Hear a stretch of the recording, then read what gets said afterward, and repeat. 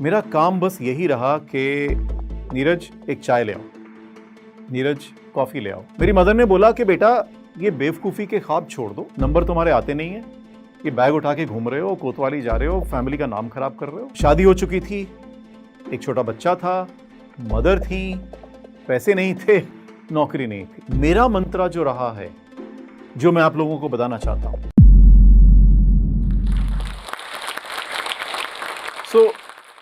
मैं चाहता हूं कि आप एक ऐसे इंसान के बारे में सोचें जो एक बहुत बड़ी, बहुत अच्छी कंपनी का सीईओ है या कंपनी का ओनर है, कंपनी चलाता है, जिसके हर एक्शन से कई लोगों के करियर बनते या बिगड़ते हैं, जो हजारों करोड़ों रुपए का बिजनेस चला सकता है। ऐसा इंसान बनने के लिए क्या स्किल, क्या क्वालिटी, क्या मंत्रा चाहिए किसी के? मैं चाहता हूं कि आप 1 मिनट के लिए पॉज करें और अपना जवाब कमेंट सेक्शन में टाइप करें। आप सोच रहे होंगे ये कौन है जो हमसे ये सवाल पूछ रहा है? मैं हूं नीरज खन्ना। मैं एक एंटरप्रेन्योर हूं, कुछ कंपनीज चलाता हूं, एक इन्वेस्टर हूं, कुछ कंपनीज में इन्वेस्ट किया हुआ है। अपने करियर में मैंने कई कंपनीज बनाई हैं, बेची हैं, मर्ज करी हैं। कई कंपनीज में सीईओ रहा हूं, सीईओ रहा हूं, काफ़ी बड़ी पोस्ट के ऊपर मैंने काम किया है। आज मैं आपको ये बताना चाहता हूं कि वो क्या स्किल है, वो क्या ट्रेट है, वो क्या मंत्रा है जो हर किसी में है। आप चाहें तो आप भी यूज कर सकते हैं।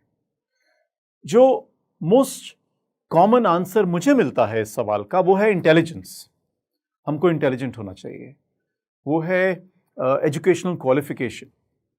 हमारे पास बड़ी डिग्री होनी चाहिए। हम आईआईटी नहीं गए, हम आईआईएम नहीं गए, हम हार्वर्ड नहीं गए, हम बाहर नहीं पढ़े, तो हम ये काम नहीं कर सकते हैं। और मैं आपको ये दिखाऊंगा अपनी स्टोरी से कि मेरे पास ये कुछ नहीं था, तो फिर मैंने कैसे किया। मैं दिल्ली में पैदा हुआ, करोल बाग में रहा, एक 2 कमरे के फ्लैट में।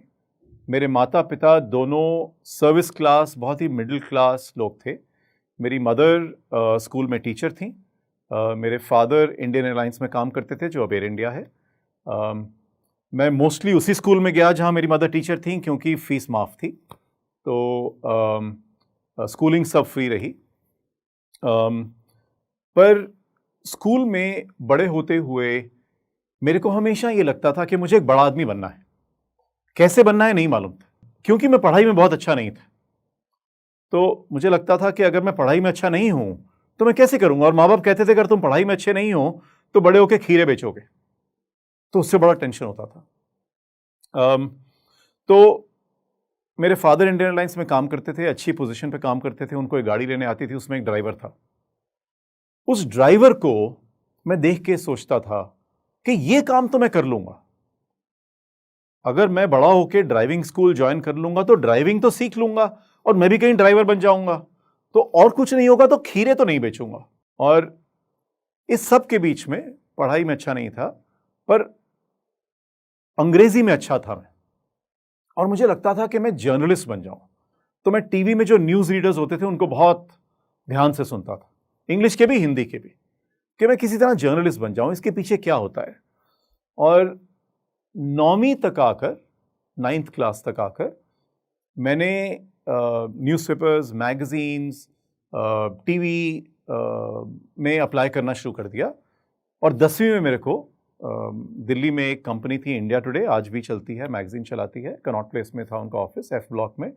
वहां पर मेरे को ट्रेनी की नौकरी मिल गई और मुझे लगा लाइफ बन गई, अब तो मैं जर्नलिस्ट बना ही बना। तो जर्नलिज्म के लिए मैंने ट्रेनिंग शुरू कर दी। इंडिया टुडे के ऑफिस जाता था, 1 हफ्ता, 2 हफ्ता, 6 हफ्ता, 10 हफ्ता। मेरा काम बस यही रहा कि नीरज एक चाय ले आओ, नीरज कॉफी ले आओ, नीरज मैं खाना नहीं लाया, नीचे से एक सैंडविच ले आओ, नीरज आज एक मीटिंग है तो मीटिंग रूम को रेडी कर दो। तो मैं जाके मीटिंग रूम साफ करता था, पानी के ग्लास लगाता था। मुझे लगता था अच्छी तरह करूंगा तो ये लोग मुझे रिकग्नाइज करेंगे और मुझे भी जर्नलिस्ट बना देंगे। तो फिर मेरे एक बॉस थे, वो बहुत सीनियर फोटोग्राफर थे, उनको एक दिन मैंने बोला कि सर 8 हफ्ते हो गए, 10 हफ्ते हो गए, मैं टेबल साफ करता ही जा रहा हूँ, तो मैं जर्नलिस्ट कब बनूंगा? उन्होंने बोला बेटा ऐसा है, आज बंगला साहिब गुरुद्वारे के बाहर एक रैली है, तो वहां मेरे को फोटो खींचनी है, तुम भी आ जाओ। मुझे लगा लाइफ बन गई अब। तो उनका एक बड़ा सा बैग था कैमरा का, मैंने वो कैमरा का बैग उठाया, वो आगे आगे मैं पीछे पीछे। रैली हुई, रैली में कुछ लड़ाई सी हो गई, वहां पर पुलिस आ गई, लाठीचार्ज हो गया, तो मेरे को, उनको और बहुत सारे और लोगों को अरेस्ट करके कोतवाली ले गए। तो उस दिन रात के 10 बज गए, हम कोतवाली में थे, इंडिया टुडे से लोग आए, उन्होंने साइन वाइन किया, हमारे को वापस ऑफिस ले गए। ऑफिस पहुंचे, सामने पेरेंट्स बैठे थे और खूब डांट पड़ी, घर ले गए, घर जाके पिटाई हुई।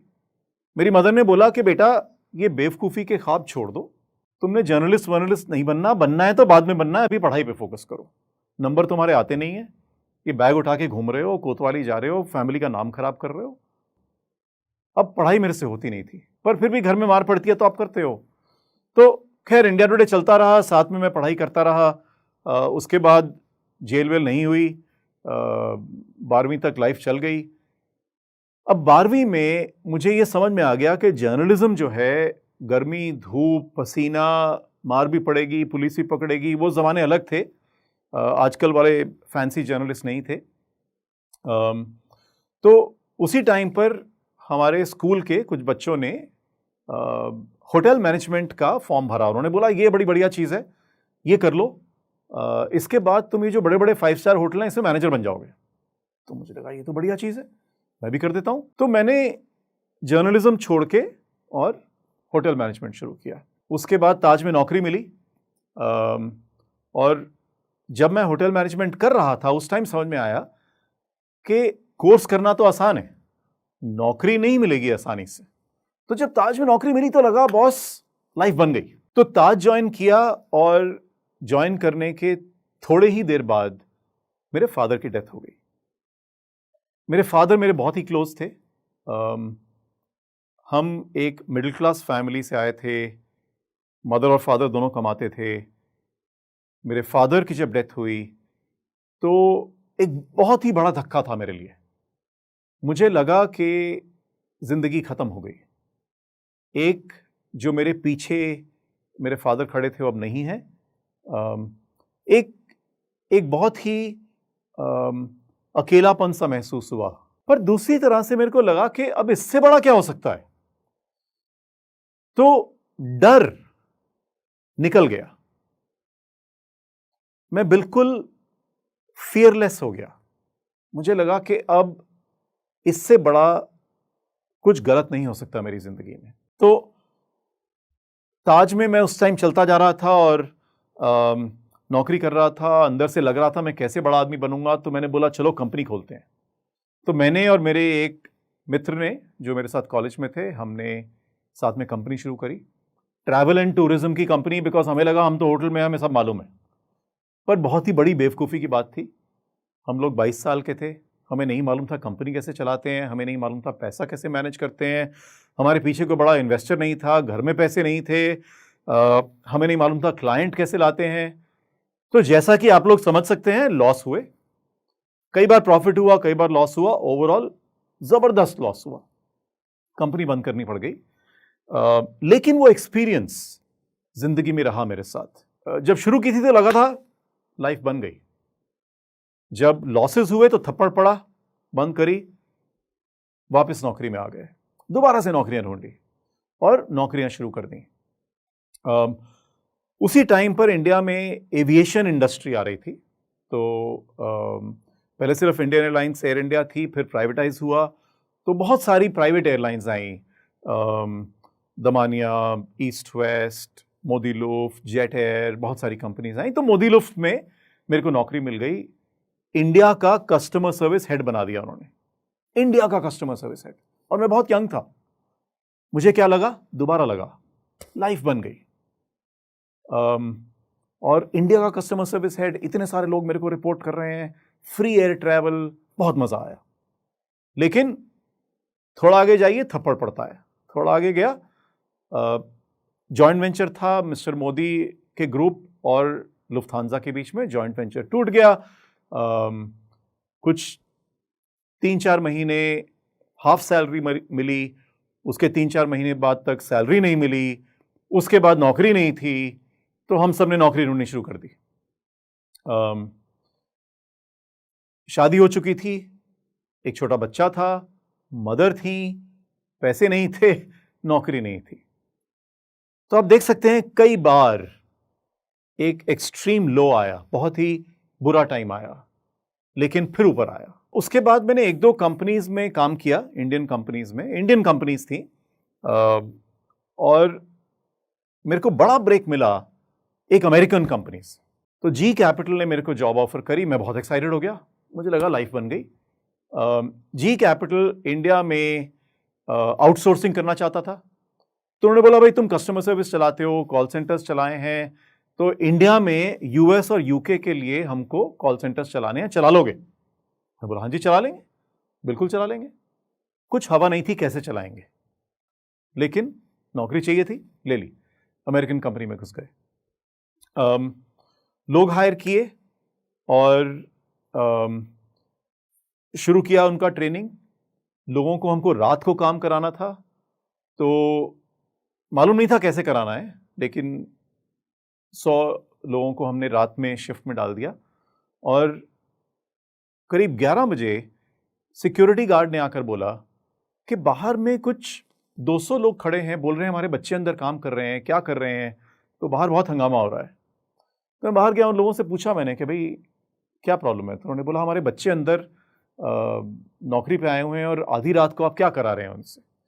तो इतना फर्क है कि आज की डेट में कई इंडस्ट्रीज हैं, कई कंपनीज हैं जो नाइट शिफ्ट में काम करती हैं, उस टाइम पे ऐसा कुछ नहीं था। तो फिर उनको मैंने समझाया कि भाई अंदर में काम चल रहा है, उनको दिखाया अंदर सब डिसेंट काम है, कुछ प्रॉब्लम नहीं है। दूसरा प्रॉब्लम आई कि इन लोगों ने बोला, और ये बहुत ही बेसिक प्रॉब्लम्स हैं, आपको बता रहा हूं कि कितनी बेसिक प्रॉब्लम्स को मैंने जूझा, और या हमारी इंडस्ट्री ने जूझा। इन लोगों ने बोला 11 बजे भूख लग रही है, खाना मंगाइए। अब खाना कहाँ से मंगाएं? तो फिर ढूंढा, खाना कहीं से मंगाया। सुबह 3-4 बजे इन्हीं लोगों ने बोला कि हमें घर जाना है, अब घर कैसे जाएं? कोई ट्रांसपोर्ट ऑर्गेनाइज नहीं थी। तो हम में से कुछ लोग जिनके पास गाड़ियां थी छोटी छोटी, हमने लोगों को बिठाया, गाड़ियों में घर छोड़ कर आए। तो धीरे धीरे ट्रांसपोर्ट ऑर्गेनाइज करी, केटरर्स ऑर्गेनाइज किए खाने के लिए, पेरेंट्स को इन्फॉर्म करना शुरू किया कि आपके बच्चे यहाँ क्या कर रहे हैं। कंपनी में फैमिली डे शुरू किया, जहाँ एम्प्लॉयज़ अपने पेरेंट्स को ला सकते हैं, फैमिलीज़ को ला सकते हैं,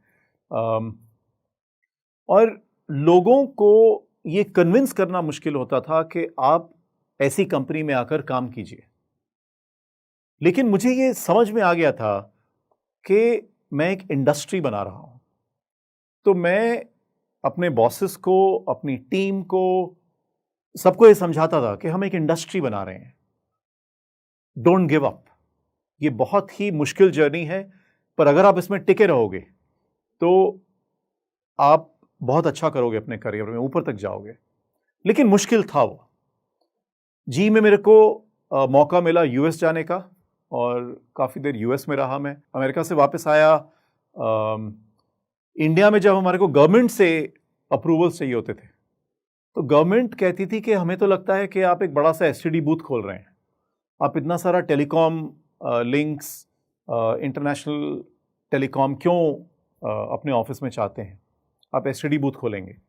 तो हर एरिया में काफ़ी मुश्किल हुई, लेकिन छोड़ा नहीं, लगा रहा मैं। जी सक्सेसफुल हुई, मैं सक्सेसफुल हुआ, बहुत डिमांड हो गई, पॉपुलैरिटी हो गई, फेम मिली, इज्जत मिली। तो 2 चीजें हुई, एक मेरा एम्बिशन और बढ़ गया, दूसरा मैंने सोचना शुरू किया कि क्या किया मैंने अलग, क्यों मुझे ये सब मिला। और तब मैंने ये रियलाइज किया कि मेरा मंत्र जो रहा है, जो मैं आप लोगों को बताना चाहता हूं, वो है थिंक लेस डू मोर। सोचो कम, काम ज्यादा करो। मेरी जिंदगी में जो मैंने आपको इंसिडेंट्स बताए, अपने अपब्रिंगिंग के बारे में बताया, अपनी कंपनीज के बारे में बताया, जो मुझे बार बार लगा लाइफ बन गई, फिर थप्पड़ पड़ा, फिर उठा, फिर भागा, मंत्र एक ही रहा, थिंक लेस डू मोर, सोचो कम काम ज्यादा। तो उस मंत्रा को लेकर मैं चलता रहा और आज तक मंत्रा वही है, वो मंत्रा मैंने चेंज नहीं किया है। आखिरकार मैंने डिसाइड किया कि मैं छोड़कर एक और कंपनी में जाऊंगा। मैं जिम में बहुत पावरफुल हो गया, पावर थी, फेम था, लोग जानते थे मुझे, कंट्रोल था, लेकिन मुझे और भी कंट्रोल चाहिए था। मैंने सोचा एक ऐसी कंपनी जो बिल्कुल शुरू होना चाहती है और मैं उसको एक शेप दे सकता हूँ, एक ऊंचाई तक ले जा सकता हूँ, वैसी कंपनी मुझे चाहिए। तो एक बहुत बड़ी कंपनी है आज की डेट में, एम्फेसिस, जो उस टाइम बिल्कुल शुरुआत में थी और उसके जो फाउंडर्स थे उन्होंने मुझे कांटेक्ट किया और मुझे लगा उनका बैकग्राउंड अच्छा है, सब कुछ अच्छा है, तो थोड़ा सोचा मैंने। मैं नहीं कह रहा बिल्कुल मत सोचो, पर कम सोचो, तो थोड़ा सोचा, ठीक कंपनी चूज करी और उसमें चला गया और उस कंपनी में बहुत मेहनत करी। कई कई दिन, कभी कभी घर नहीं आता था, पूरी रात काम करता था, दिन में काम करता था, क्योंकि कुछ नहीं था हमारे पास, ऑफिस नहीं था, लोग नहीं थे, कंपनी का नाम भी नहीं था शुरू में, मेरे पास घर नहीं था। इसके लिए मैं बैंगलोर शिफ्ट किया दिल्ली से, और जब शिफ्ट करना था तो घर में काफ़ी हलचल हुई, क्योंकि सबको मालूम था जी बड़ी कंपनी है। तो इतनी बड़ी कंपनी छोड़कर तुम एक ऐसी कंपनी में जा रहे हो जिसका नाम ही नहीं है, तो ये क्या कर रहे हो? तो घर वाले काफ़ी घबराए हुए थे, पर मेरे अंदर जो कीड़ा था वो मुझे भगा रहा था, उसको मैं छोड़ नहीं पाता था। वो सब छोड़ छाड़ के मैं बैंगलोर आ गया और बैंगलोर में मैंने एम्फेसिस के लिए काम करना शुरू किया। बिल्कुल नए स्क्रैच से, बिल्कुल नए सिरे से कंपनी बनानी शुरू करी। पहले कुछ लोग हायर किए। एक हमने ऑफिस जो लिया वो बहुत ही छोटा, मतलब जी एक ऐसी स्टेज थी जहां पर क्रेडिट कार्ड पर प्लेन चार्टर करते थे, और यहाँ हमारे आए जहाँ पर ऑफिस नहीं था। ऑफिस लिया जो आप मानेंगे नहीं कि छोटा सा ऑफिस, इंटीरियर्स थे लाल रंग की लकड़ी, मतलब पब लगता था एक। वहाँ से हमने काम शुरू किया और सब ठीक चल रहा था उस दिन तक, जब मेरी मदर आई उस ऑफिस में एक बार। तो उन्होंने बोला मुझे इसका ऑफिस देखना है, तो गाड़ी में बैठ के वहाँ आ गई और ऊपर आई रिसेप्शन पर। उन्होंने बोला नीरज खन्ना, तो उनको अंदर ले आए और मैंने उनको दिखाया। अब दिखाना क्या था, छोटा सा ऑफिस था। देखकर वापस चले गई और घर जाके बहुत रोई कि इतनी बड़ी कंपनी में, इतना पावरफुल था ये, इतनी इज्जत थी इसके पास, ये सब छोड़ के यहाँ आ गया है। या तो इसको निकाल दिया वहाँ से, हमें बता नहीं रहा है, कुछ गलत हो गया था, या तो इसको जी ने निकाल दिया था, या इसके दिमाग में ही कुछ प्रॉब्लम है। और उन्होंने अपने भाइयों को फ़ोन किया, रिलेटिव्स को फ़ोन किया कि इसको समझाओ क्या कर रहा है ज़िंदगी में। मेरे को लोगों ने फ़ोन किए कि तुम क्या कर रहे हो अपनी ज़िंदगी में। पर जो जुनून था मेरा, वो मुझे भगा रहा था। और एम्फेसिस में बहुत सक्सेस मिली, मैं बहुत किस्मत वाला रहा, मुझे अच्छे बॉसेस मिले, अच्छे क्लाइंट्स मिले, अच्छे टीम मेंबर्स मिले। पर क्यों मिले? मंत्रा वही था, थिंक लेस डू मोर। अगर आपको 10 आइडियाज हैं और आप 10 आइडियाज के बारे में बैठकर सोचते रहिए, रोज सोचिए, तो क्या कुछ बड़ा बनेगा? बड़ा क्या, कुछ छोटा भी नहीं बनेगा। उन 10 आइडियाज के ऊपर आप काम करिए, उठिए, काम करिए। 10 में से 5 तो फेल हो जाएंगे, 3 कुछ मीडियोकर लेवल पर जाएंगे, बहुत सक्सेसफुल नहीं होंगे। 2 हो सकता है सक्सेसफुल हो जाएं, हो सकता है कोई भी बहुत सक्सेसफुल ना हो। पर अगले दिन, अगले साल, 3 साल बाद, 5 साल बाद, 10 साल बाद, अगर आप लगे रहेंगे, अगर आप अपना जुनून नहीं छोड़ेंगे, तो एक ना एक दिन आप सक्सेसफुल हो ही जाएंगे।